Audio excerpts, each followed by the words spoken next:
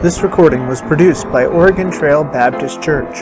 If you'd like to get more recordings, or to leave your feedback, please visit us at www.otbchurch.com or write us at P.O. Box 298, Guernsey, Wyoming 82214. We look forward to hearing from you, and we hope that today's recording will not just challenge your thinking, but will transform your life.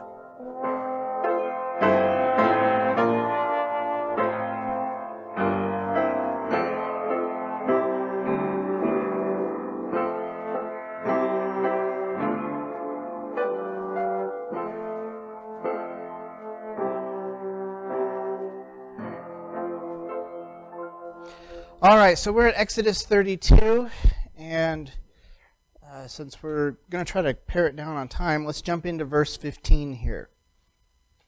So up until this point, the people have made their golden calf. God has had this conversation with Moses. He's interceded for them.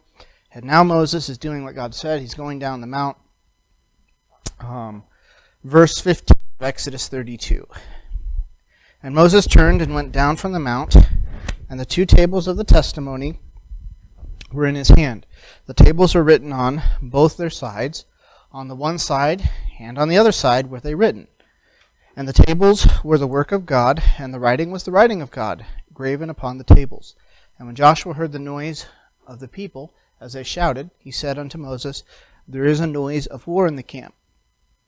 And he said, It is not the voice of them that shout for mastery, neither is it the voice of them that cry for being overcome. But the noise of them that sing do I hear. Verse 19.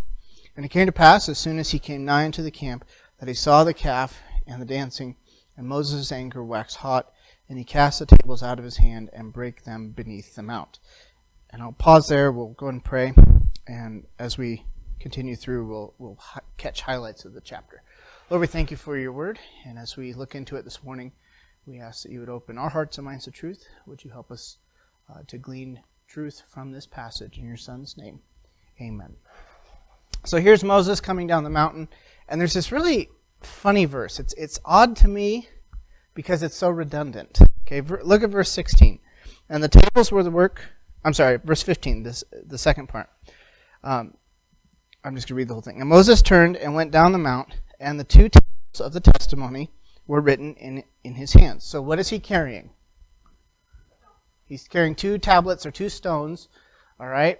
And if you've seen the Charlton Heston movie of the Ten Commandments, you can picture that, all right? You've seen it in art. There's two big, I kind of have one there, two big tablets of some sort, all right? Is that what they look like? Who knows? But the verse goes on to say that they were written, the tables were written on both of their sides. On the one side and on the other were they written. So it says they're written on both sides, and it says on the one side and the other. So it repeats the same concept, which, have you ever seen a movie that puts it, they're written on both sides? The movies never get this right. It looks like a book, right? Yep, it looks like a book with a curved top. Well, I thought this was just a dumb little point, but there's something actually kind of neat with the formatting of these tablets. And the text here makes it very clear they're written on both sides, front and back. As far back as, there's basically two views of thought on this, that the commandments are split. So you have half on the front, or half on one side, half on the other. And that's normally how we see them in art, is it not? You see like 1 through 5 over here, and then 1 through 5 over here. Or you might see 1 through 4 over here, and 1 through 6 on the other side, or 6 through 10.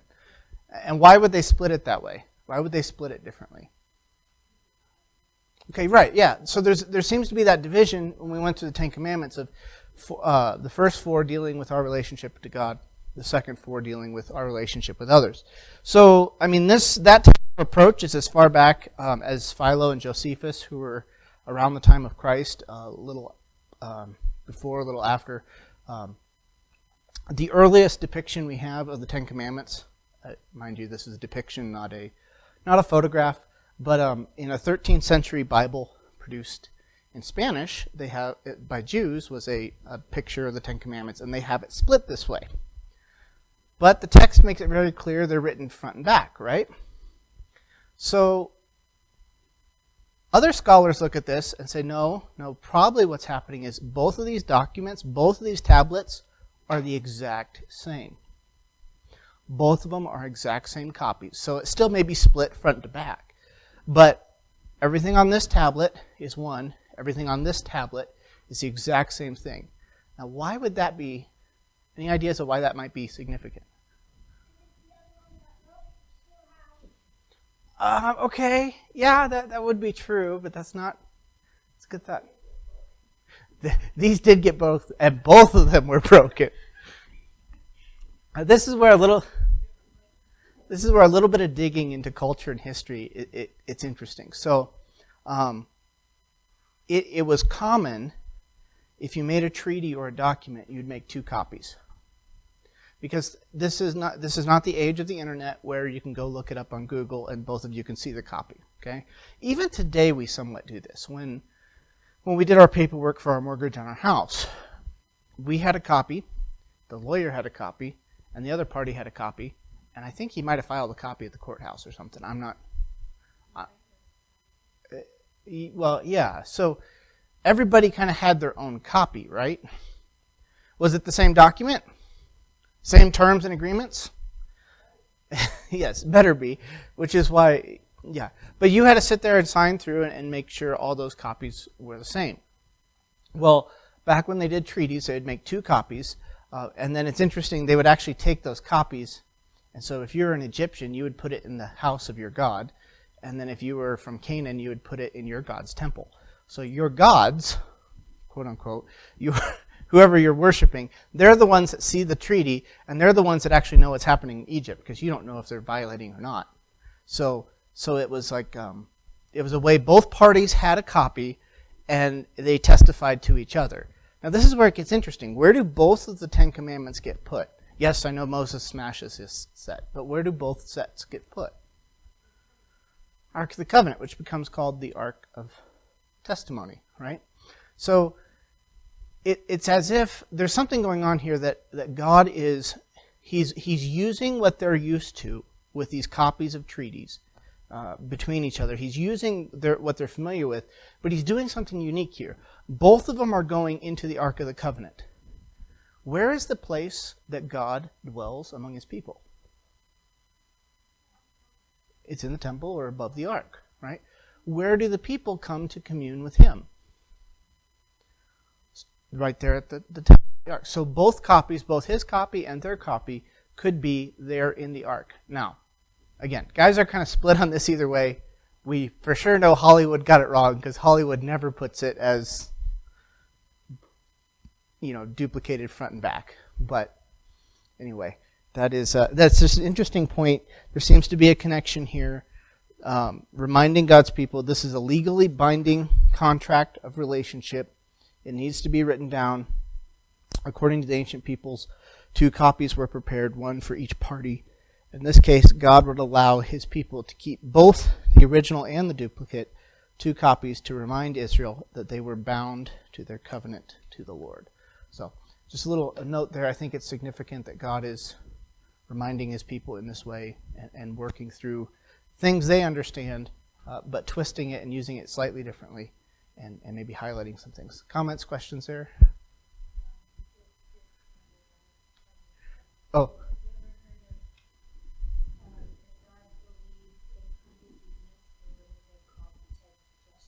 Yeah. Yeah. Yes.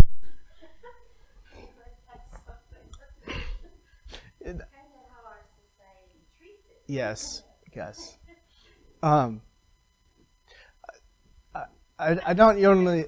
No, that's fine. I don't normally like to plug politics, but if you know the name Dennis Prager, he's a talk show host, and he's a Jew. Is he an Orthodox Jew or just kind of a nominal? I don't think.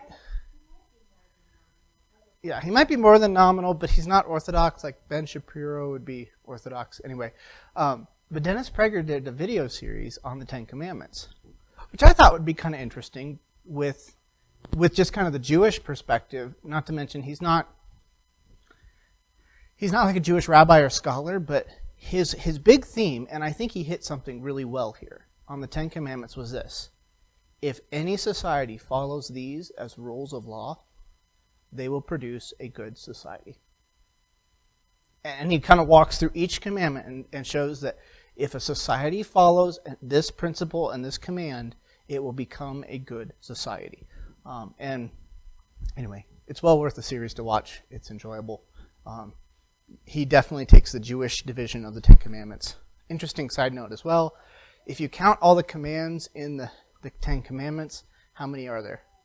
Does anybody know? You know it's a trick question because we always call it the Ten Commandments. There's actually 13 commands in it. So, but anyway, that was part of our series for the Ten Commandments. But yes, there's 13 in the Ten Commandments. Some of them get grouped together. So, how you group them together, well, that will help us. Well, Jews group it one way, Catholics group it one way, Protestants and Baptists kind of group it another way, and then there's other groups that have a few other groupings. So, anyway, it's interesting to note these texts were written by who? My wife said Moses, everybody else said God. Okay? This time they're written by God. The next time Moses goes up, they're written by Moses. So there seems to be something going on to that. Douglas Stewart noted something I wanted to touch here. These two tablets were the most valuable material thing on earth at the time. It is as the reader is now informed clearly, so that later when Moses breaks them, the reader can appreciate the severity of the sin that would have caused him to do something so destructive to something so precious. Okay, and I'm assuming you know the story because, as we've already encountered, yes, you do know part of the story really well. Moses comes down with these two tablets and he breaks them. This was a big deal. These were the most precious thing they had. This was God's direct revelation and him writing for his people, and Moses breaks them, and we'll get to that in a few verses here. Verses 17 and 18, we read that as they are coming down the mount, Joshua he sees Joshua. We kind of skipped over this, but in Exodus 24, Joshua goes up the mountain. 70 of the elders go up partway of the mountain. So it appears that Joshua went up further than the elders, that Moses went all the way up at God's instruction. So as they're coming down, he meets Joshua. And what does Joshua think he hears? Okay, he thinks he hears the sound of war. Again, the Mishnah thought that maybe this is where Joshua hears Caleb getting killed off. Who stood Aaron? Hur. This is where the Mishnah thinks Hur gets killed off, not Caleb, sorry. However, it seems kind of interesting to me that Joshua was hearing this at kind of the same time it seems that Moses is. And Moses has the inside scoop. He knows this is not war, but rather they're worshiping. They're worshiping the golden calf. So Joshua was a military general. He knew what war would sound like. It's interesting that whatever they were doing sounded like war and chaos, not order. Did you have a question, babe?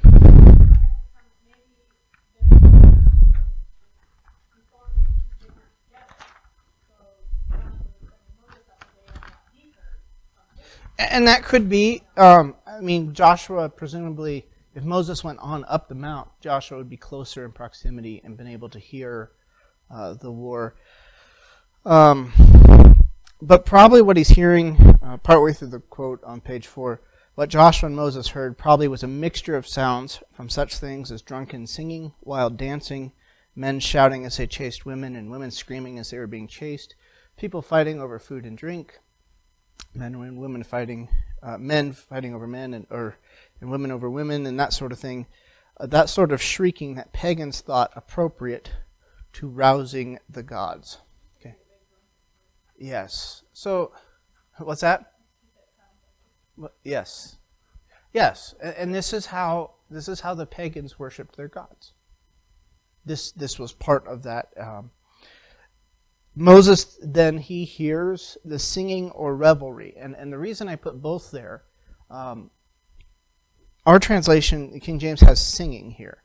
But it's actually kind of a difficult word. It's not necessarily a word that's always used for singing. And there's some discussion on that, of what exactly and how this word should be translated here. But clearly in the context of the worship and what's going on, you can't exclude singing, but there's a whole party atmosphere that is happening that is not wholesome and good, all right? Yes. So Moses comes down, verse 19, he is hot, he's angry, which, okay, let's contrast that to what the conversation he just had with the Lord. In the conversation with the Lord, who was Moses saying, hey, don't let your anger out here, don't be angry? Moses was telling God to hold his anger back. Now Moses is releasing his anger. So there's a bit of a maybe irony, or maybe it's in the sense of, okay, God, if God's anger was unleashed, they might all die. Okay? Whereas Moses releasing his anger, there's at least you're a step away from God wiping people out. No. But there's also the element here, when Moses comes down and sees this, it's almost like he now realizes why God was so upset. Before he was up on the mount. Now he's down, he's seeing it in person. He pleads in verse 11 with the Lord not to pour out his wrath. He breaks these tablets, which was significant. Again, this was the most important thing they had, direct revelation from God, written out, and he breaks it. He then grinds the calf into powder, puts it in the water for the people to drink.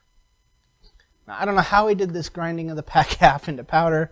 I don't know how that process worked, but he's destroying their idol and what they did. He's making a show, and I wonder if his outcry and breaking of the Ten Commandments is what it took to get their attention. I don't know. I mean, I don't go to a lot of wild parties. I can't remember being at a wild party. But if you're trying to get everybody's attention all at once, you got to do something pretty drastic, I would imagine. Top of page 5, the wickedness of the people he had just pled to the Lord with to preserve. That angered Moses. He saw the calf and the dancing. He saw now the stone tablets were broken, and this is symbolizing the breaking of the covenant, of God's covenant with his people. This was the terms of the agreement, the treaty. They're now broken, but the people have already broken the covenant. Morning? So he takes the calf, he burns it, grinds it to powder, scatters it in the water, and this will get repeated actually with Jeroboam later with his calf. It's a fitting conclusion there. He confronts Aaron, and this, to me, has some ironic humor in it. In the initial part here of the chapter, we see the people coming to Aaron and asking Aaron to make them a god, make them a calf. When God talks to Moses about it, God pretty much puts Aaron as if he's kind of running the show. When Moses comes down to confront Aaron, there's some really funny stuff that happens. So Aaron just makes excuses. First he says in verse 22, well, the people, they're just prone to evil.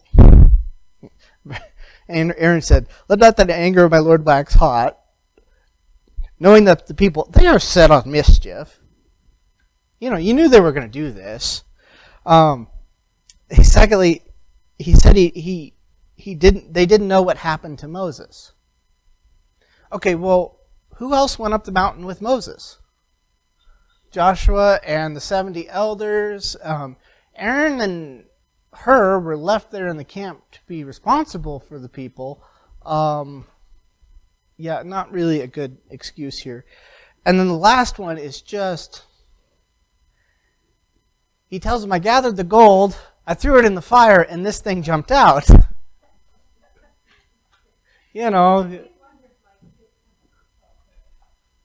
Now, I couldn't help but when I read this, this is exactly the type of swearing James is talking about in James 5:13, where he says, swear not. Don't bring God's name in on something. Aaron is bringing in the fact that, hey, there's a miracle associated with this. We can't speak against this. There's a miracle here. So this must have been God making this golden calf, And no, Aaron, no, this was not God, i.e., we already read in the text that you fashioned it and you made it. So I like what Alan Cole says. He says, like Adam, Aaron blames another. When he says of Israel in verse 22, or what he says of Israel is perfectly true, but it does not excuse him for acting in a priestly capacity at the worship of the bull calf. Okay? Yeah, the people may have been prone to do this. Yes, but you didn't need to be the one allowing them to. You didn't need to be the one making the golden calf. You didn't need to be involved. You didn't need to facilitate it, yes.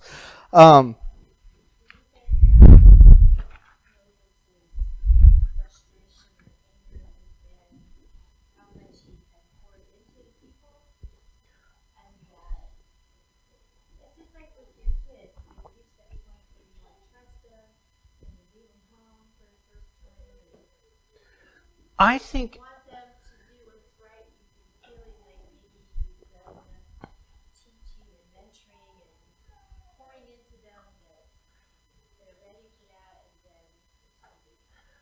think that's part of it, because think through the story since the Red Sea. There's been a progression where they keep failing to trust God, and Moses even he's had somewhat of a progression where he hasn't. Sometimes he's responded really well and pointed the people to the Lord and to trust him, and other times he's just complaining to the Lord, "Hey, they're going to kill me, and I'm just done with this." So.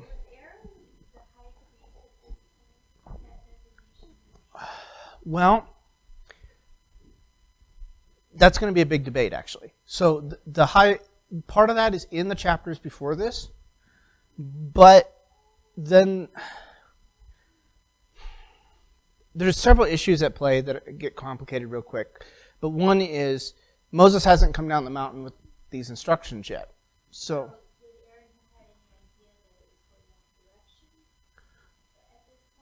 that what was happening on the mountain was going. It's hard to say.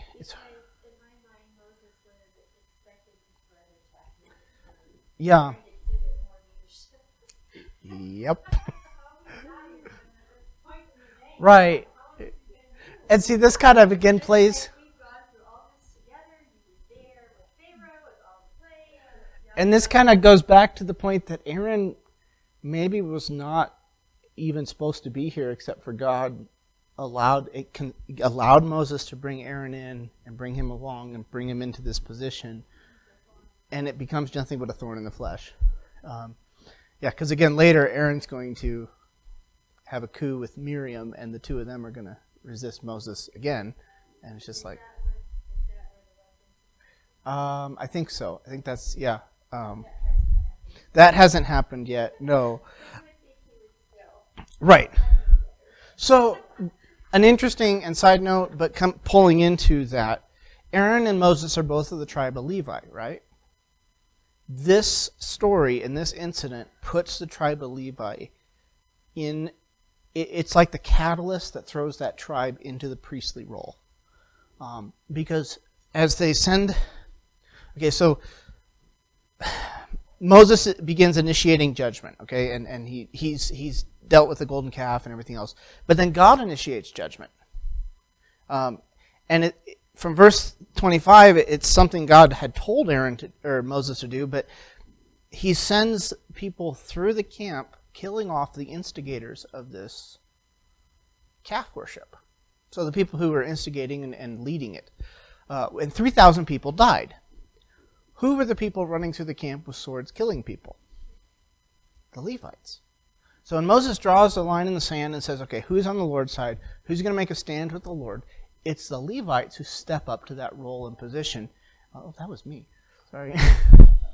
And it's the Levites who then are pretty soon thrown into the role of the priesthood and the leadership there. So Many commentators look and see this as this is explaining how the Levites came to the priestly status and not necessarily the firstborn. In most cultures, the firstborn would be the priest. There is a really interesting twist in the Bible, and you just have to love the Bible. God typically doesn't choose the firstborn. He always chooses like the second. And there's some neat things behind that. Moses speaks to the people in verse 30. They've sinned, and he's going to make, he's going to go to the Lord and try to make atonement for the sin. Verse 31, he goes to the Lord, and those people have sinned a great sin. They've made them gods. And this is where there's something interesting that happens in verse 31, or 32. It says, "Yet now, if thou wilt forgive their sin." Now, does anybody have any clue why there is a hyphen and a semicolon there together?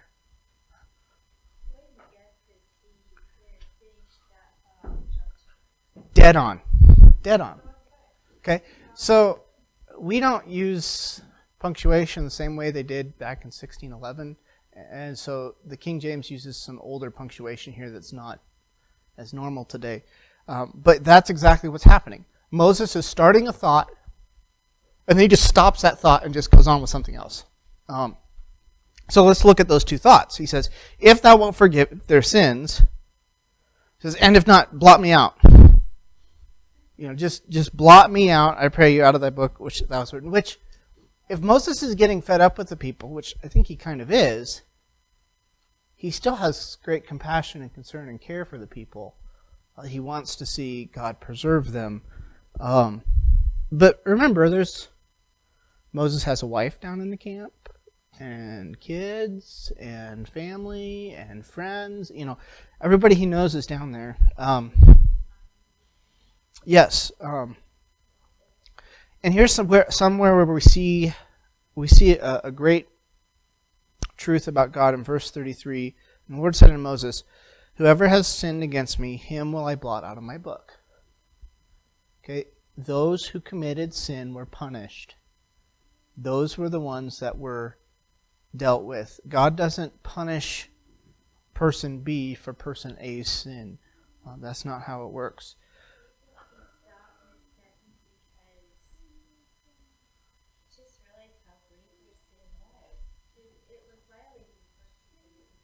Yeah, I think shock and awe probably are the best terms for why. Just and Almost like God's not going to forgive this. yeah, and Directly against God. oh, interesting. Since you do transcription work, what do you do when people when they have a break in thought and it doesn't make a good sentence? What do you do there? We don't put the cola, we just put the indication. Do you? Okay. Does it indicate that thought's good, and then Huh. So a lot of modern translations try to smooth that out and make it into a thought, but sometimes it's there for a reason, and it's giving you the sense as you read this that just like when you're with a person and when they break a thought and when they've just switched thoughts on you, that's I think what's trying to be communicated here. So then this plague breaks out, verse 20 or 35, and the people are judged for their sins. So there's a lot happening here in the text. We see God's compassion. We see Moses interceding, and yet, what a bunch of dirty rascals they're dealing with. So, yes, I was being very gracious. I was being exceedingly gracious. So, we'll close with that and then go from there. Lord, we thank you for your word here this morning and for this story. And Lord, it's easy for us to look at Israel and to condemn them for their idolatry here. And yet how easy it is for us to sweep under the rug the things that we don't think are a big deal. Lord, we thank you that you did not give up on your people. Thank you that Moses did not either. And we ask that you would help us to follow you faithfully in your Son's name. Amen.